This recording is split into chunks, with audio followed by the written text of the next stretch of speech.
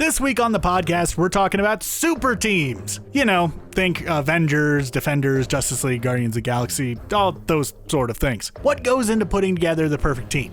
What sort of roles do each teams need to fill to be truly effective? Well, this week we're going to be taking a look at just that and even drafting our own teams to see if we can create the ultimate one. All that here on YouTube and Spotify. Now, let's go ahead and dive right into it.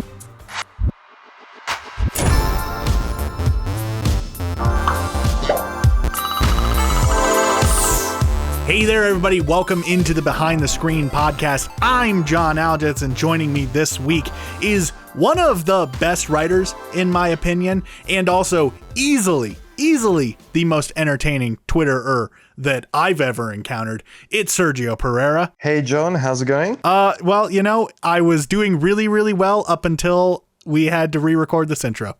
Well, you know, what can we say? You know, sometimes, you know, all those magical moments, we're just going to have to recreate them again. Oh, yeah, you know, but it's fine. This week, we are talking about superheroes, specifically super teams. So, you know, what goes into making a super team. And then we're going to do something really fun. We're actually going to draft our own super teams and then pit them against each other and see which one is the better team. And I think that speaking personally, I've got a pretty good list of people that I would like to get on my team. So this is going to be so tough. I was actually thinking about this as well, and I've been thinking there's going to be a lot of people that's not going to make the team, and I don't know what I'm going to do with myself. Like some of them, I'm going to feel guilty about this for weeks. You know, and it's just fun to think about your own super team. So if you're listening at home, maybe play along, maybe draft your own super team as we're doing it. Let's just go ahead and jump right into this.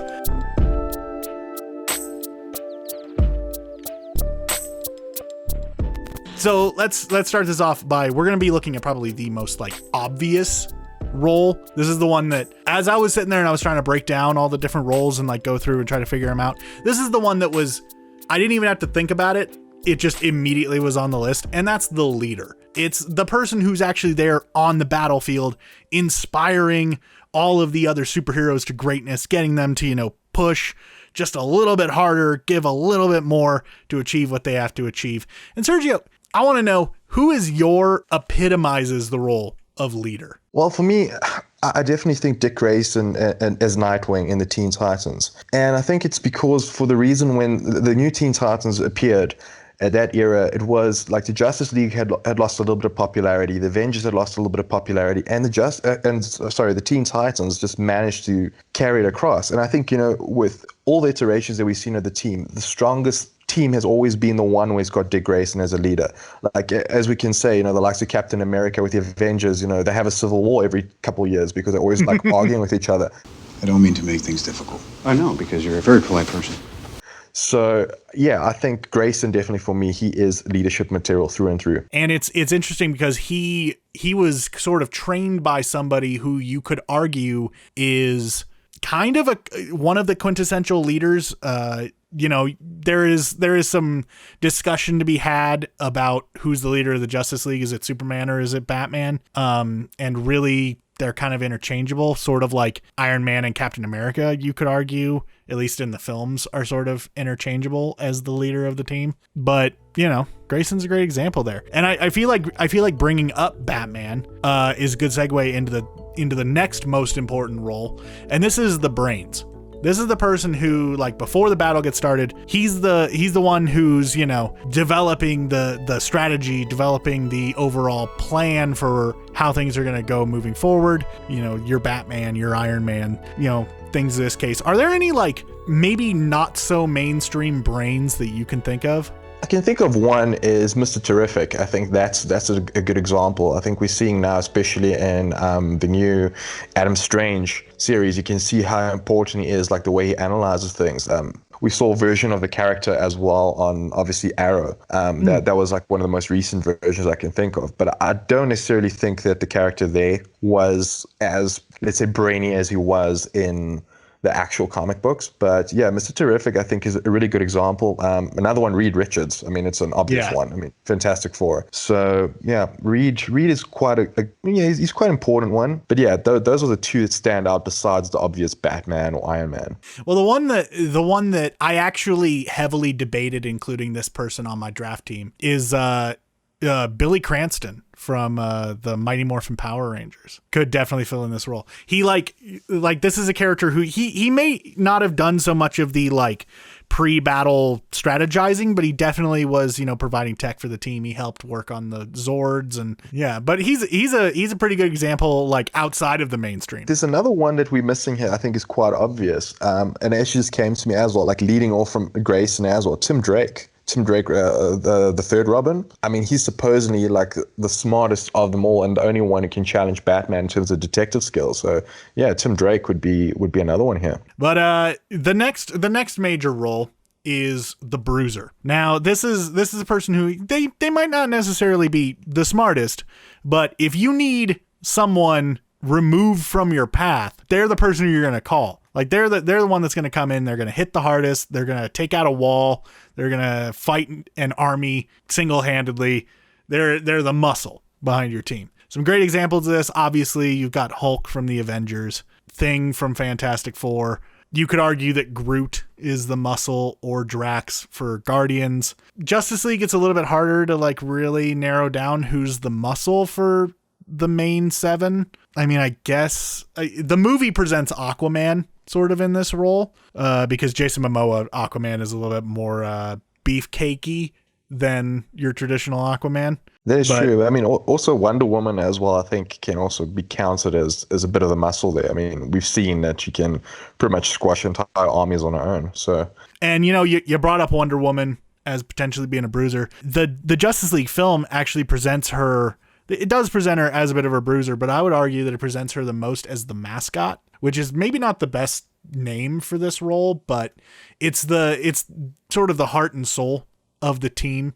The person that when there's like big arguments, this person tends to be the one in the middle, kind of pulling everyone back. As I said, Wonder Woman in Justice League was this. Black Widow in the Avengers, at least in the films, very much served that role. So can you think of any other examples of a mascot? Betty Cooper from Riverdale. If you think about it, I mean, everybody else, I mean, Archie is like, I mean, we don't know, he's a boxer one day, he's part of some gang the next day, and you got Jughead being part of the Serpents as well, and, then they're always bickering and they're always fighting between each other. And if you think about it, like Betty Cooper is the one that actually brings everyone together at the end of the day. So yeah, I'm going to go Betty Cooper here. She's definitely my superhero for this role. I mean, I guess if we're going to consider the Riverdale teens superheroes, then sure, she'd definitely fall into that. I mean, if we're going off of the Archie comics, Archie has faced off against the Predator. So I guess, there's a line that you can walk there. Moving on to the next role, we have the Jack of all trades. This is a person who they can kind of like slot into pretty much any role on the team if needed, but they're not necessarily the best at that role. Thor is a prime example of this because he could easily fit into the leader role, maybe not necessarily the brains, but he'd fit into the leader, he'd fit into a bruiser, he could definitely be a mascot. The Flash also, depending on which version of the Flash you're looking at, could definitely be sort of a jack of all trades. He could fill in for anyone. He's smart, he's inspirational, I guess he's got good leadership skills would be the way to put that.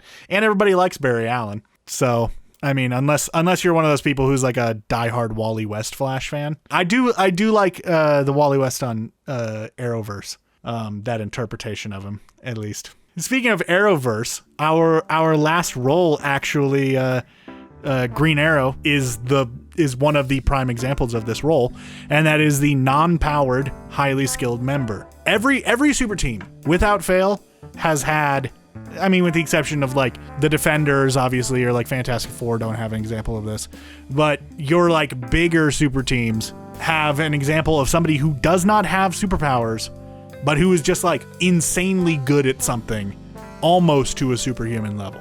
Green Arrow is an example. Obviously, Hawkeye, since they're effectively like the exact same skill set, are great examples of this. You could argue that Iron Man fits into this, but that's a bit of a stretch, I think, because he's a bit His power level's a bit higher than these people tend to be. Green Arrow, I think, and Hawkeye, they're pretty odd. Like, they epitomize this sort of section.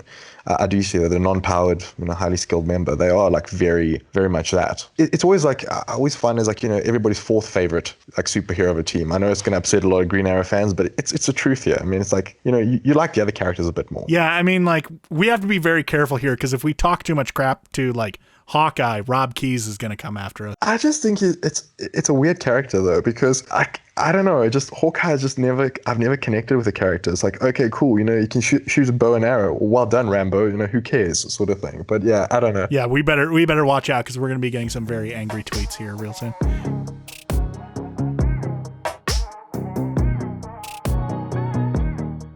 Okay, so now we get into the fun part of the episode, the part where we are going to be going through and actually putting together our own super teams. Should be a time and a half.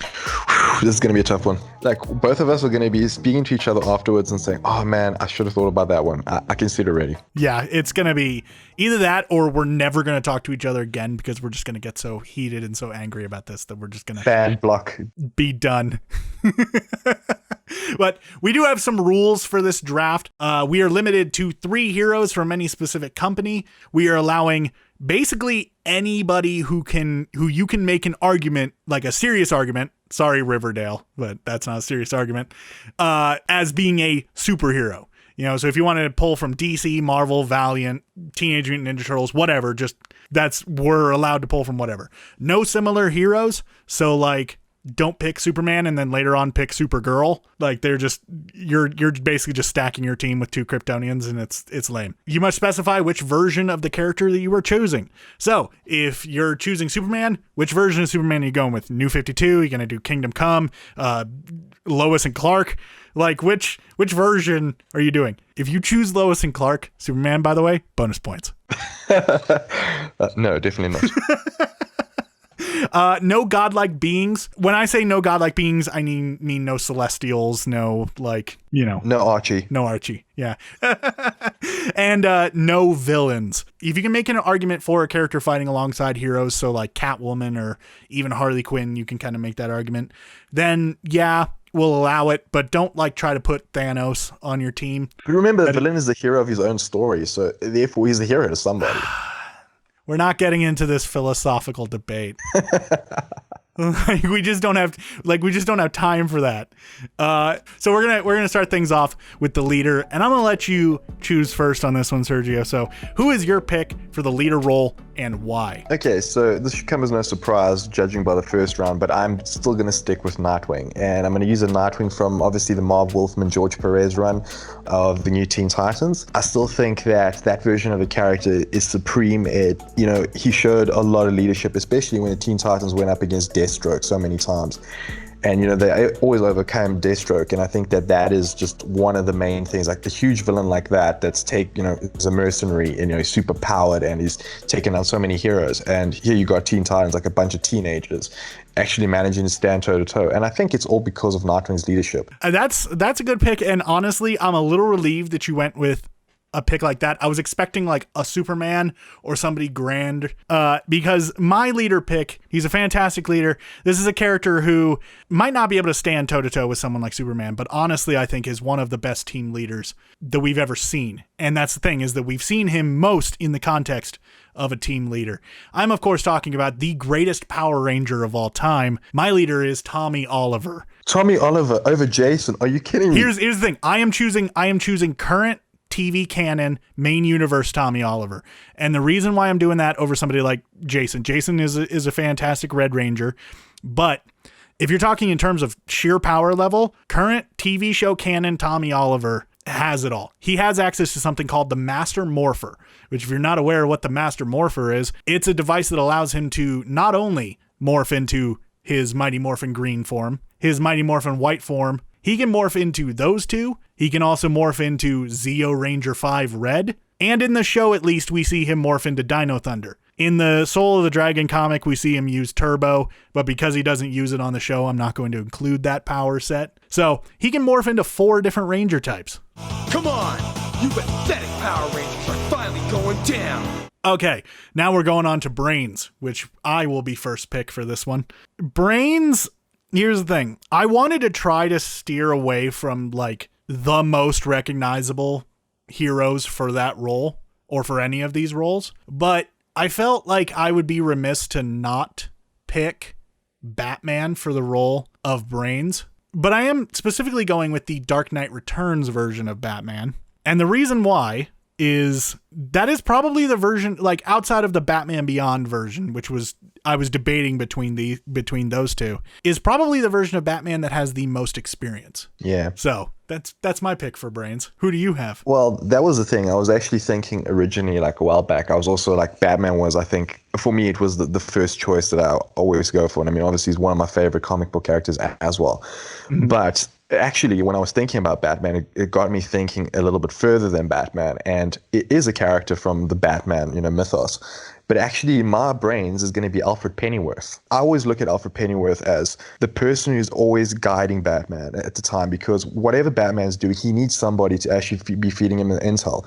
I think for me, Alfred is actually the one who's the brains. I mean, at the Bat computer, he's looking at what's happening. And if he gives him, he's almost like a general.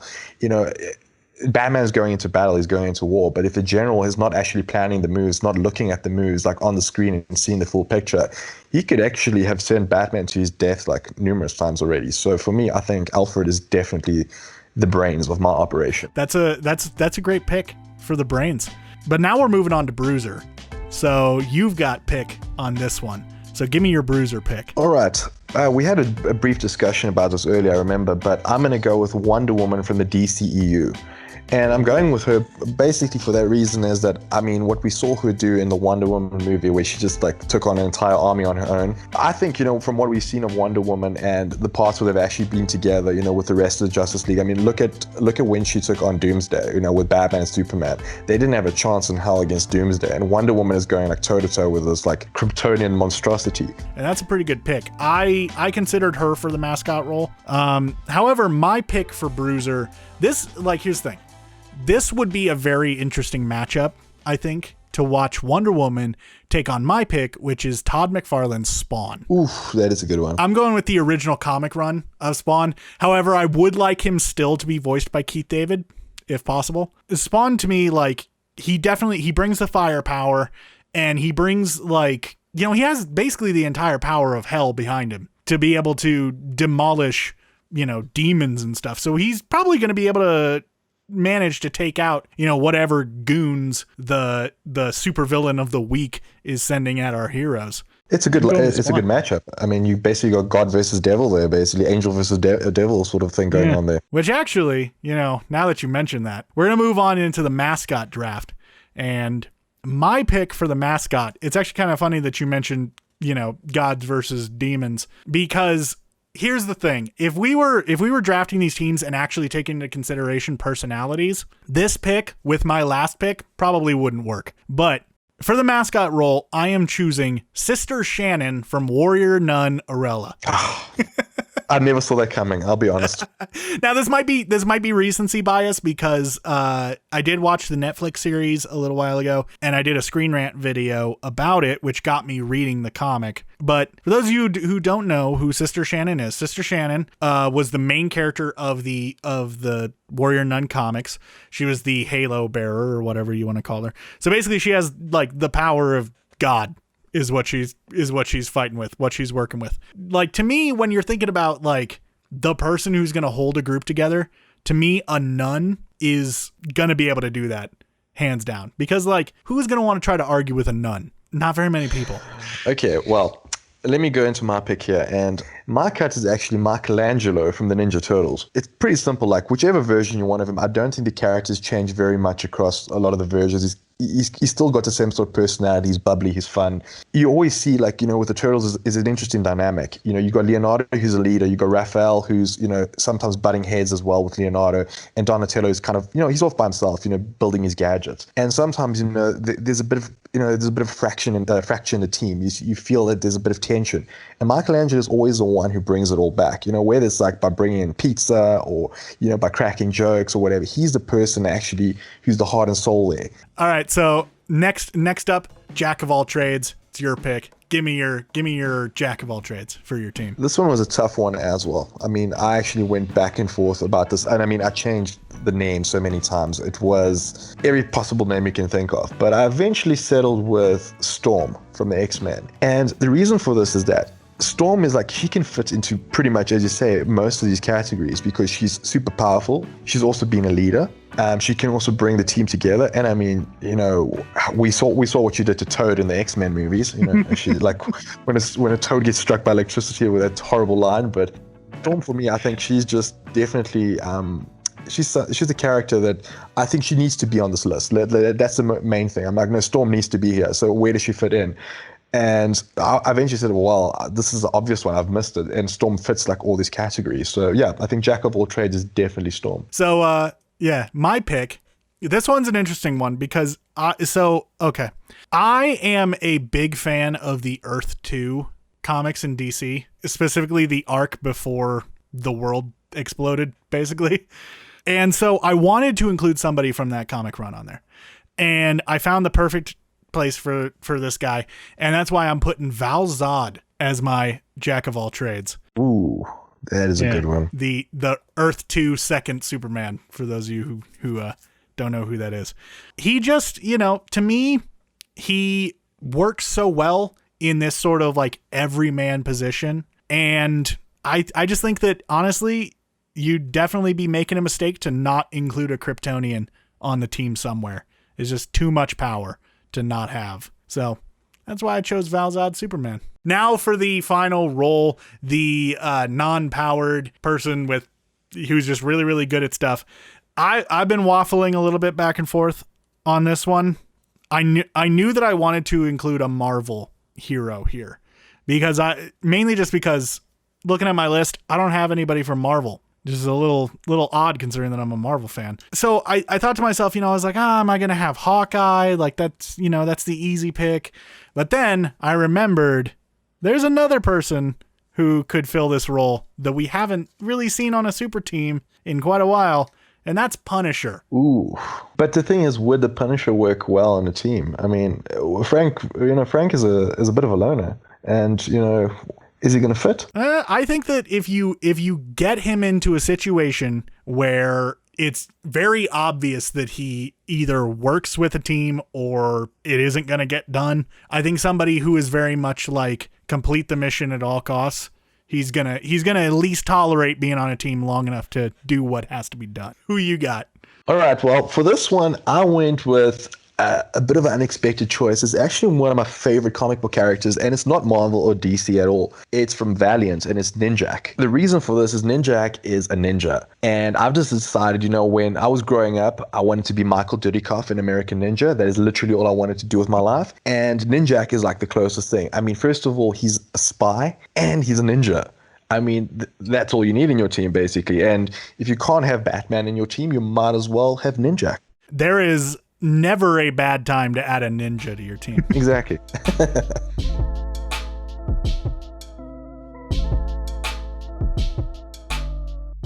All right, so now we get into the raw part, the fun part. We're going to actually be debating our picks now. We did a little bit of that in the last section with our justifications for why we chose, but now we're going to be individually attacking each other's picks. We're going to be going roll by roll and just kind of taking shots at the people that they chose and trying to convince you, the listener or viewer, why our pick is better than the other person's, because we want you to leave a comment down below if you're on YouTube, or, you know, throw your answer out into the stratosphere if you're listening on Spotify, over which team you think is best. So let's get into the debate right now. We're going to start off with the leader role, which we have Nightwing versus Tommy Oliver.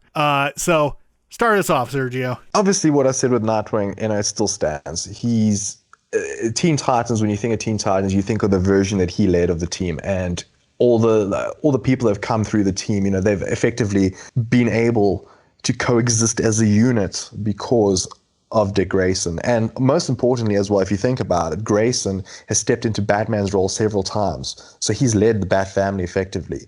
He's actually managed to get Damian Wayne, who nobody likes, to actually like him. And like Damian likes no one. I mean, come on, like he loves Grayson. So I think he's got the most important thing about a team leader is like, I don't necessarily think it's about brawn all the time. It's about having the soft skills, about having empathy.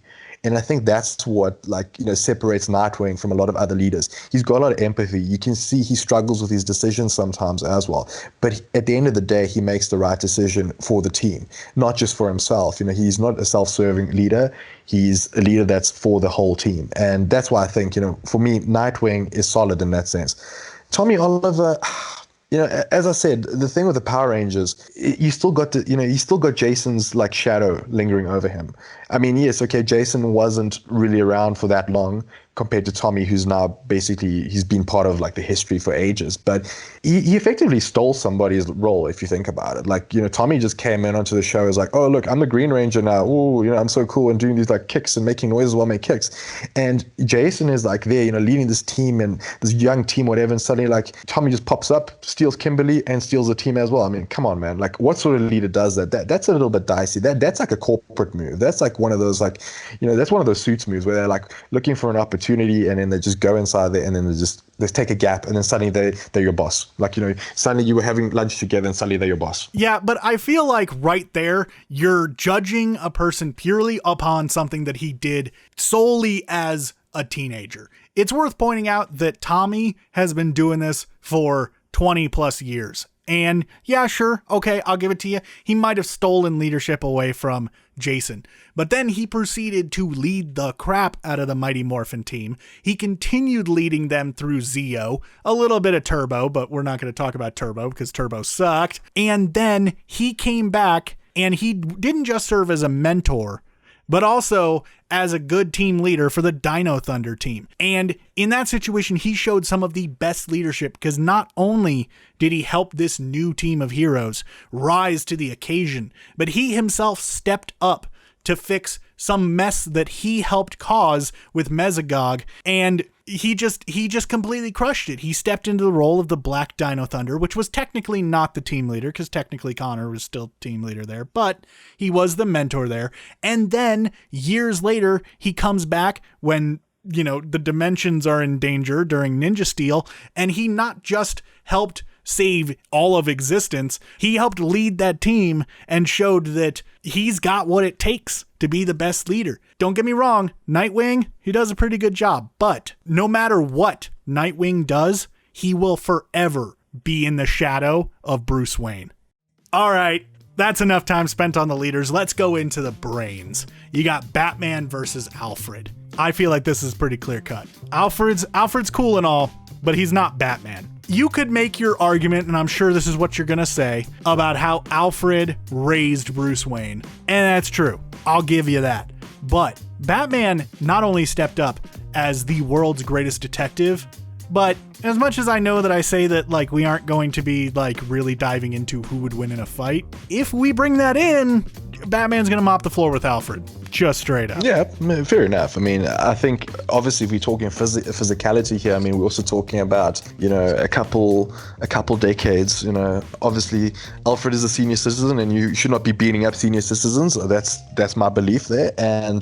But at the end of the day, about brains, it's not just about, as I say, just strategy of war. It's also about brains in terms of dealing with people, in terms of understanding everybody around you. And if you think about it, like, Batman already has from the brains factor.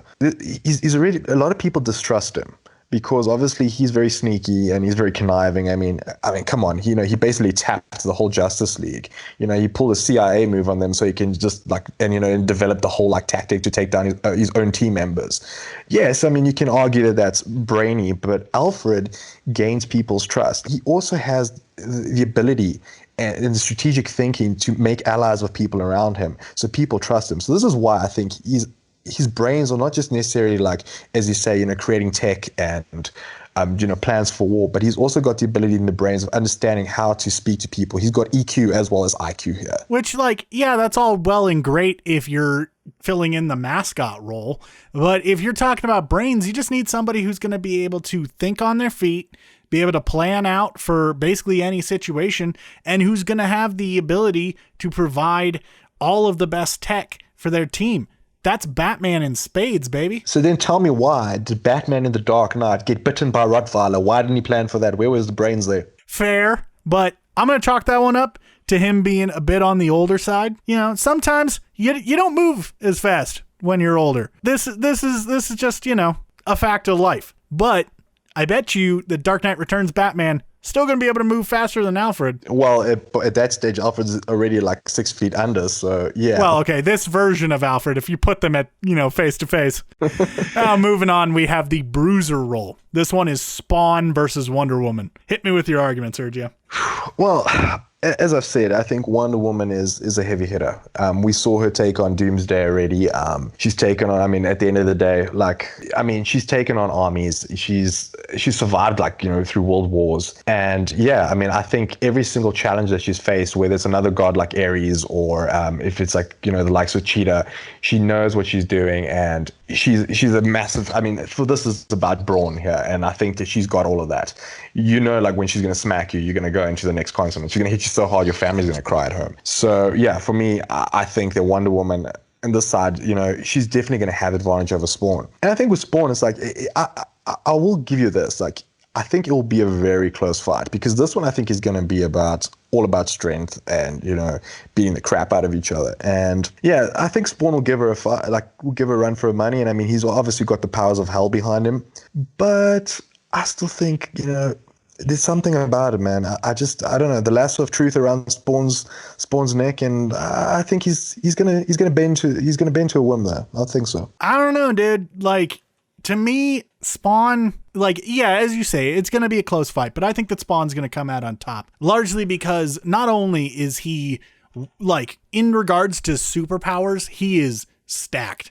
You're talking superhero strength, superhuman strength, superhuman speed, superhuman agility, superhuman endurance, all that. Yeah, Wonder Woman's got that too. And immortality. They both got that. That's cool. But you also got, you know, Spawn as a healing factor. He's got the ability of teleportation, shape-shifting. He can, you know, he's got his demonic cape, which is amazing. It's like Doctor Strange's cape, but on steroids. I think that he's going to bring so much more to the table as a bruiser that he's going to be much more effective in that role. As we said during the draft and during like that first section, Wonder Woman fits great as a mascot. And yeah, she can be a bruiser, but I think this sort of less focus on one specific role is going to hurt her in the long run. But I also think there's another differentiating factor here, and something we haven't taken into consideration here. We're talking about a superhero team. Spawn does not work within a superhero like team dynamic. Spawn is a loner. He likes to go solo. That's his thing. Would Spawn actually work well within a team? Because if you think about it, like, all that you need to do here is like Wonder Woman and him need to smack each other around a little bit. But if he's not following the team plan, then Wonder Woman's team is going to come in and, you know, they're going to have a plan for Spawn. So even though he might just, you know, tweak it a little bit in the power level, he might just, you know, have the advantage a little bit there. I still believe that Wonder Woman works better in a team dynamic. She's worked with the Justice League for ages. She's worked with all the Amazons. She knows how to work as part of a team player. Whilst with Spawn, not so much. See, now I'm going to disagree with you there. Yeah, Spawn is largely a loner, but I think that comes with the job that he's taken. You know, he's, you know, basically Hellspawn. But this is a dude who in his previous life was a master tactician. And a master tactician is going to recognize that, hey, sometimes you got to be working with people. And so he's going to be able to play ball for as long as he needs to play ball. Sure, after the fight's over, he might bail, but he'll be there during the fight. Yeah, look, I mean, like I said, Al Simmons, you know, if I had like, I mean, I'm referencing now obviously the movie, but if I had my best friend, you know, who took my wife, I don't necessarily know if I'd want to be part of a team again, you know, putting it out there. Would you trust somebody again? That's what I'm putting out there. So okay, moving on to the next role, we have the mascot, which we have Sister Shannon and Mikey. This is This is a weird head-to-head. Yeah, I mean, you're pretty much telling me that, like, it's a nun versus, like, this man-sized turtle, like, beating each other up. It's kind of an image. It really feels like a DLC from Injustice or something, right? And it's not just any nun. It's a nun who literally has, like, powers imbued on her by God. So she's fighting. It's like that line from the movie Brain Dead. She kicks butt for the Lord. But, like, when you're talking about a mascot, the most important things to be paying attention to are, you know, how are they going to do pulling the team together? And yeah, Mikey might be able to pull his brothers together, but is he going to be able to pull together a bunch of randos who aren't related by blood? I don't know.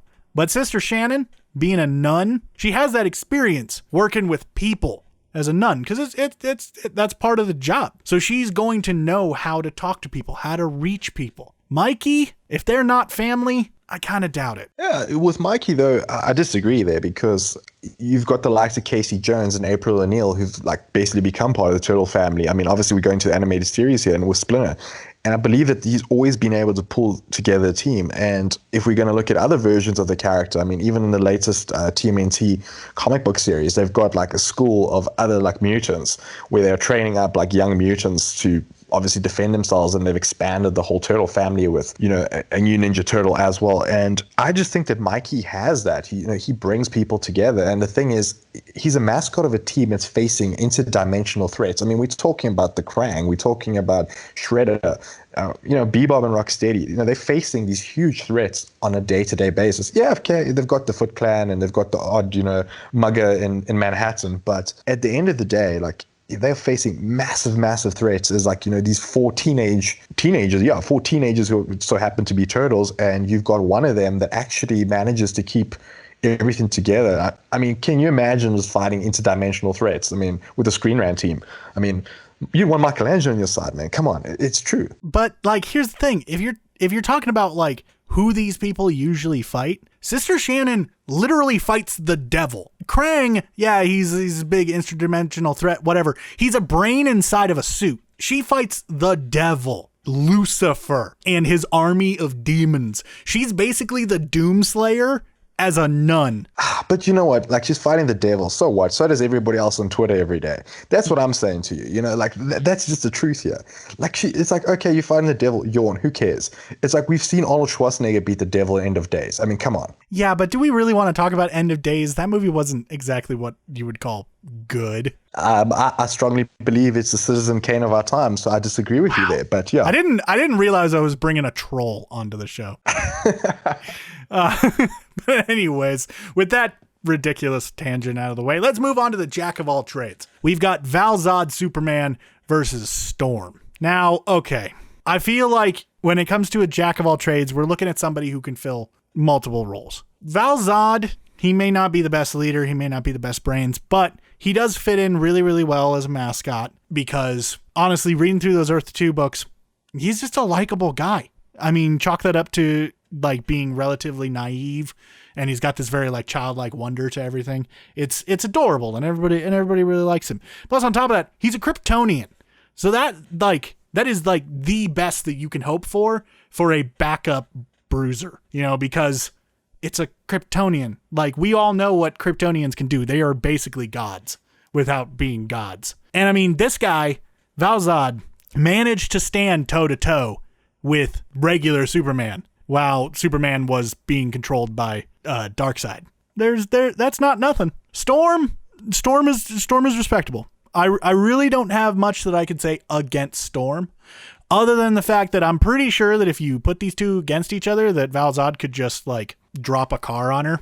Problem solved. Yeah, look, I mean, from a power point of view, I think you raise a good point there. I mean, Val-Zod, I think he's got the power advantage on that side. But as we're talking before about the roles, I mean, we've had Storm, as we said, she's been a leader of the X-Men, perhaps the best leader the X-Men's had. From a brain side of the equation here, she's also pretty good. I mean, she's definitely not like a stupid leader at all. She's pretty intelligent to lead the X-Men forward in all the battles they've had. As a bruiser, yeah, I mean, maybe that might be the part where she has a disadvantage here. As a mascot as well, she brings the team together. And I mean, Storm is no slouch in the power department at the end of the day. I mean, she controls, the power of the elements. And as you said earlier, she's got the armies of Wakanda behind her. Yeah, but again, like that's her relying way too much on the people around her. And I know that, like, we're talking about obviously within the context of a super team, but we're talking within the context of this super team. Like, if she doesn't have the X-Men, is she really going to be able to do much? Whereas Val Zod, like, he's spent his whole life alone. He's going to be able to manage being alone still. Well, what's going to happen in the context of this team, as you say, Val Zod, his weakness is he's naive, right? So all that needs to happen is Storm needs to get Michelangelo to bring him some pizza, like we discussed, because pizza makes everybody happy, and you distract him. And you never know, Val Zod could be switching allegiance here and coming over to our side. So I don't think pizza is the great equalizer that you think it is. You know what? I don't know what it is. Cheese and bread. It is the great equalizer. Like I said, it's the superpower that no one knows exists. We actually need to create a character just like out of pizza. I don't know, like Pizza Man or something stupid. But yeah, I believe that character exists. His name is Pizza the Hut. All right, moving on to our final role. We have the non-powered person who's just really, really good at something. We have Punisher versus Ninjak. Hit me with your argument for Ninjak over Punisher. Right, so Ninjak, obviously, he's MI6, and he is a spy, and he's got ninja training. And yeah, he's also basically like Batman in the sense that he's got a lot of money and a lot of weapons and a lot of training. So if he was to battle the Punisher, like I think we've seen this sort of debate before in the comics, Punisher versus Batman, who would win? And more times than not, like everyone always leans to the side of Batman because Batman would be better prepared. And I kind of see Ninjak in sort of the same way as well. He's not going to go into a fight with the Punisher just by going head on. He's going to stalk him for a while. He's going to wait, around the shadows and make sure that Frank Castle's distracted. And I mean, yes, Castle has got his military training and, his weapons as well. But I do believe that Ninjak, there's something about him. He's just got the preparedness. He knows what he's doing as, both a spy and a ninja. And I don't think that the Punisher would see him coming. This really comes down to the old adage of bringing a knife to a gunfight. I think that, like, if you're thrown into a situation where Ninjak doesn't really have time to stalk, literally these two super teams just meet each other and start fighting. I think that if Ninjak doesn't have that time to be able to do his very slow and very plotting spy stuff, Frank Castle's just going to blow him away. Like, he has the arsenal to be able to handle a ninja. And Frank Castle has fought ninja-like characters basically his entire career. Like, this is a guy who hunts superheroes. Well, supervillains, but and stands toe-to-toe with them. He's going to be able to handle a ninja, like just a regular ninja. But that's the thing. I don't think Ninjak is just a regular ninja here. As I said, he's training. He's just like, think of Batman's training. And I don't think the Punisher would be able to defeat Ninjak in that sense, who's basically Valiant's Batman. Well, that's what we think might go down. But right now, we want to know what you all listening would think. Which one of these two super teams do you think would be the best? Let us know down in the comments, or you can tweet at me. I'm at Bender Waffles. Just let me know there. So now that we've finished all that, there's really nothing else to it but to ask Sergio, where can people find you on the internet? Well, you can find me on the internet. Well, on Twitter is where I spend most of my time when I'm supposed to be working, but don't tell anyone. You can find me at Sergio Wright. That's one of the main places you can find me. You can also find me on my website, sergiopereira.co.za, and that you can get all my links, and you can spot me on ScreenRant once in a while doing a couple articles here and there, as well as comic book resources and Fortress of Solitude as well. So keep an eye out for that. If you want to see more of me, you can find me on Twitter. I'm at BenderWaffles, BenderWaffles. I'm also on YouTube under the same name. And of course, I'm around ScreenRant, so, be looking for me around there. As I said, be sure to let us know which team you think is best, either in the comments or you can tweet at either one of us. In fact, actually tweet at both of us and tell us that our team is stupid or whatever. Until next time, guys and gals, I'll see you later. The five of you have come together to form as fine a group of superheroes as there has ever been. Now I want to know, what do you guys think? Who would be on your ultimate super team? Let me know down in the comments below. And while you're down there, why not like this video, subscribe to ScreenRant, or follow us on Spotify if you're listening over there. Thanks for listening, and stay safe out there.